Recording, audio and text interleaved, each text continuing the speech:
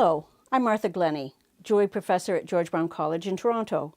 My videos look at different jewelry forms, items. I'm offering tips, tools, and suggestions that work for me. Today we're going to look at bringing this soft pyramid form up to a mirror finish.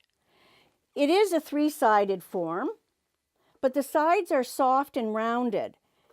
And this gives us some advantages as we go into the polishing phase. So for this project, we're going to use, again, just our sanding stick and our hand file. So let's get going. Look at this lovely little pyramid form. It's got soft sides and it has a flat surface this way. So we want to make sure it's flat. It's a stamped form, where they're going to stamp it, form it, and cut it at the same time. So as we look with our loop, you'll see that it has an edge here that needs some work. And also there's funny little business here where the metal has bounced back and it's a little bit of a depression there. That's going to pose some challenges for us, but not too much. We can manage. So the first thing we want to do, you know what I like to do the edge first.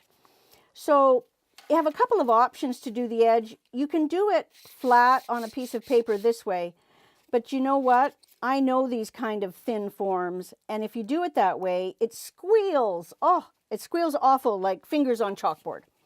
So we're going to do it this way. I'm just going to hold it in my hands. And the trick with doing something where our sanding stick doesn't cover the whole piece is that you have to keep it moving. Keep turning the piece so that you don't take more off of one part than another. So just keep turning it. There we go. And now you know what this lets us do. This gives us a really good view how thick the metal actually is. And that means how much can we take away. So on this piece, we're going to have to practice really good control of the file and very good control of the sanding stick as well. There we go. All right, so that's a lovely edge. We can see the metal thickness now as it goes around, and that's a good gauge for us to work. I've looked with my loop, and this area, the upper area, definitely doesn't need to be filed. So why would I remove more material than necessary? That just makes extra work for myself. And if you imagine if this was a gold piece, we don't want to remove extra metal. But I do need to do a little work here with my file, because as I take a couple of sanding strokes, let's see if I can get this so that you can have a look. Okay. Can you see where, I'm just going to get a scribe so I can point it out. There we are. So here is the area where it's been sanded, and you can see the sanding stick touches right here as well. But there's a little depression that goes right along here, and there's a depression over here as well. So in fact, I could sand them out, but it'll really take too long. So I'm going to use my fine hand file, just like I did on my oval piece. You may have watched that one. And I'm going to come in here and I'm lifting, you notice I'm lifting my file every time. And as soon as I see that the tarnished brass, the darker color brass, is gone, I'm going to stop filing right away. Now, there we go. Now this edge, this one over here, this is a little trickier, isn't it? Because we can see that that depression is bigger. Tapping your file like that can help to remove the metal, remove the filings. So how is this corner? Well, we're not sure, are we? So let's have a look.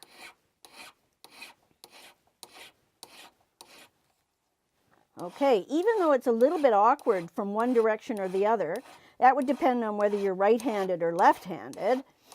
You see, I'm still using the bench pin. This, there's no control. You're going to be going every which way. No air filing. There, we're almost there. Perfect. That one last stroke did that. Let's see what we've got over here.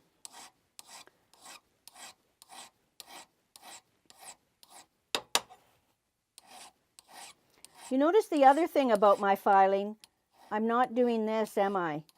Ooh, little tiny baby strokes. No, I'm using as much as the file as I can because we want to work efficiently. Efficiency, you know, translates into dollars. So let's practice that. There we go. That side's done.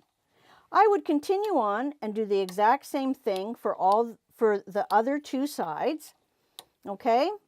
And then we'd come back and I'd pick up my sanding stick and start to sand this form. Now, something for us to think about. Oh yes, very important. I should check my edge here. I can see that I've gotten a little thinner right there, but not too bad. I've got good thickness at the corners. So I have to be careful now when I'm sanding this surface. And curved surfaces, we know we want to follow the curve, right? There's a tendency, a lot of people would like to do this way, okay? You filed this way, you're going to sand this way. Even if you're doing it with a curved stroke like this, where I'm following the form, it's not the best because you'll probably go over this corner right here, and for sure, you're going to fall over the edge. You're going to come along and do that. It's very hard not to when you're first starting out. So what's going to happen to your metal edge? Oh my goodness, the metal's going to get thin, thin, thin, thin. So we don't want that. So we might consider sanding with the form this way. I'm going to start up here at the top. And you see I've got a nice rhythm going. Sanding sticks, remember, sandpaper cuts on both the forward and the backward stroke. I'm not doing little baby sanding. I'm really taking a nice long stroke, covering a lot of the material, because I want to get this job done and get on to the good stuff, which is at the polishing lathe. So use your light, use the reflections to help you. Turn the piece if you need to. And don't worry too much about these edges right here until you've done all three surfaces. Then you can come back and fine-tune those edges so the form stays symmetrical. There we go. That's looking really good. I'll do a double check with my loop, and I'll do a double check by turning my piece in the light and making sure that I look at it from all 360 degrees, because that's the only way that you're going to see if you've completely done the sanding on your piece. And when you have, you'll have something that looks like this. The edge is sanded and all the surfaces are sanded, and as we look at it, nice straight lines here, and the form is symmetrical. At that point, we're ready to go to the polishing lathe.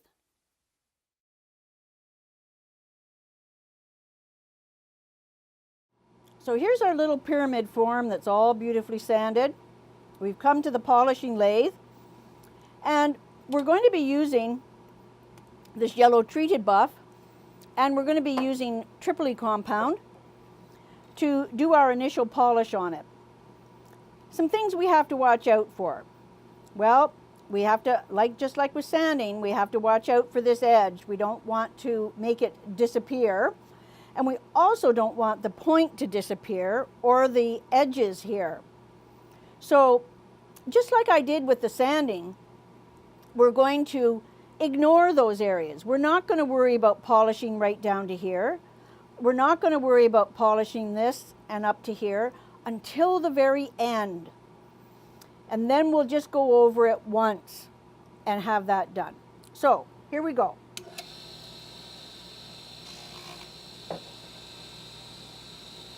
Remember, we're going to go across the sanding lines to start. We're going to keep changing the orientation. Yeah, you remember that. If you start to get polished sanding lines, it means one of two things. You're not using enough compound, or you're not pressing hard enough. So play with those variables. Woo, it's getting hot.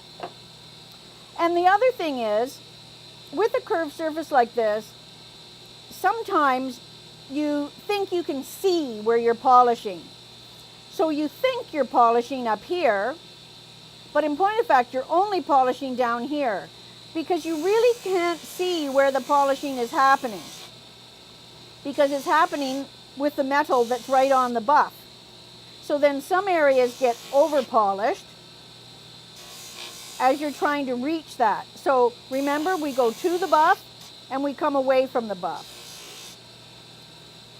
There, that side looks great. Really, that's how long it should take. Okay, I'm going to go on to my next side now.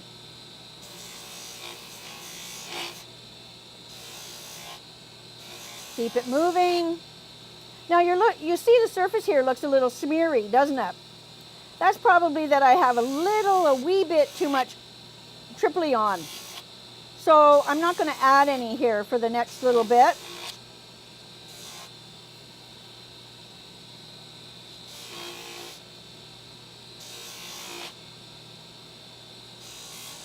And yes, things get hot. You can see me shaking it off a little bit.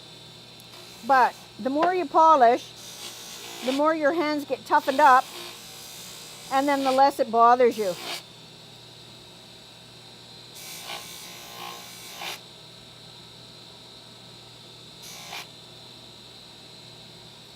All right, on to the third surface.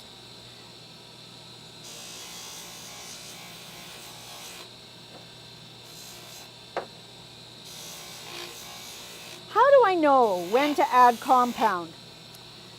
Well, I'm going to add compound if I see that things aren't happening, that the sanding lines aren't disappearing, or maybe if I've got a little, the triply lines are causing some problems, causing some polishing flaws, then I'm going to probably add a little more compound. But the two biggest things that are hard when you're starting out polishing are how much compound do I add, when do I add it, and the second thing is how hard do I press. All right, so I've gone over that whole surface. Now at the last, I'm just going to tip it up a little bit, and so I can go right on the corner, start at the bottom, and come up and have a good look. How's my thickness? Oh, my thickness is just what it should be. But I haven't done this edge, have I? I almost forgot again. So here's an important tip, like when doing a form like this. All right? We want to go vertically. If you go this way, it's going to catch and it's going to rip out of your hand. So let's do this. Now I go to the other side. And now I go to the other side. All right, I hope that gives you an indication of how I might hold this piece for working on it.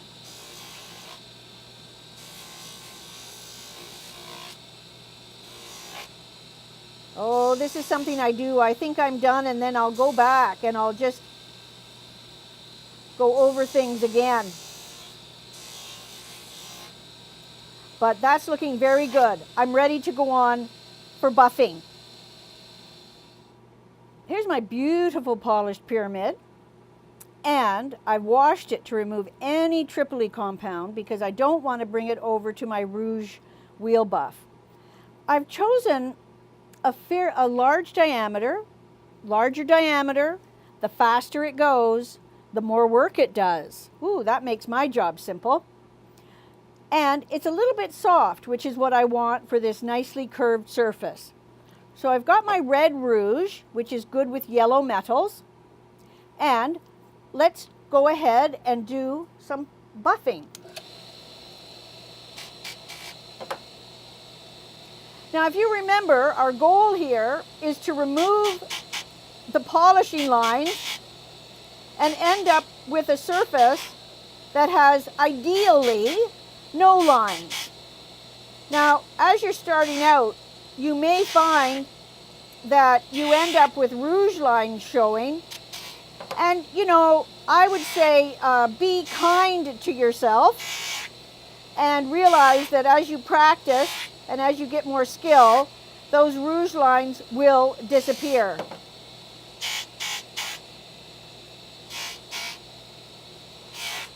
I'm having some problems with the rouge sticking here, so I'm going to add a little more compound and slide that off. There we go. There, I wasn't pressing quite hard enough. You really, if you're not changing the buff, if it's not flattening out, you probably aren't pressing hard enough. So if you're just doing this, this isn't hard enough. You need to deflect the wheel buff. Oh, that's looking gorgeous. I can see myself. Now, if I want to do this way, it's a little bit dangerous because there's a chance that this edge may catch. So I'm just going to put my finger over top of that because then it can't catch and I can come at the form that way. So I do one surface and, you know, really, I always suggest that you work in a very methodical way so that you sand one surface till it's done and then you sand the next surface till it's done. You polish one surface till it's done and you buff one surface till it's done. And that way you're keeping that organization lets you keep on track and not get mixed up. Oh, did I do that? Did I not do that? So the action of the rouge is almost like a burnishing action. It's a little different than the abrasives that are in the polishing compound. The abrasive that's in the red rouge is iron oxide. Yowie! Hot, hot, hot, hot. There we go. And one more surface to do. I might not make you watch me do all those surfaces, but you can see how quickly that action, the buffing action, should take. It shouldn't be long. If you're here more than 5 minutes, you've got a problem. Stop and reassess. All right? There we are. Gorgeous. Crisp. Lovely mirror finish. And a nice thick edge still here. That, oh, I should, of course, mustn't forget to buff my edge as well. All right? I'll see you on the next one.